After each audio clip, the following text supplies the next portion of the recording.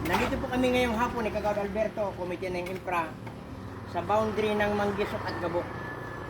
Mayroon pong project ang barangay ng boundary marker. Nandito po ginagawa. Kasalukuyan ang ginagawa.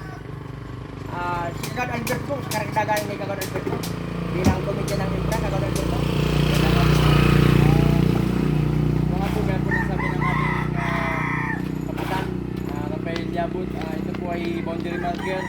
Bali po, isang project po ito pero dalawang boundary marker po. Yung isa po ay sa boundary ng Mampungaran at Manggisok at ito naman po ay boundary ng Manggisok to Gabok.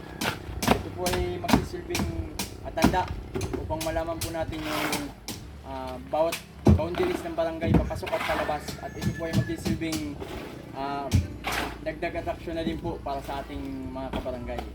Siyempre po, katulong po namin yan ang Barangay Council at ang ating pong mga trabahador. Maraming salamat po. Ang ginawa, Ano ni may sound din eh. Panalo daw. Yun na, simunas eh.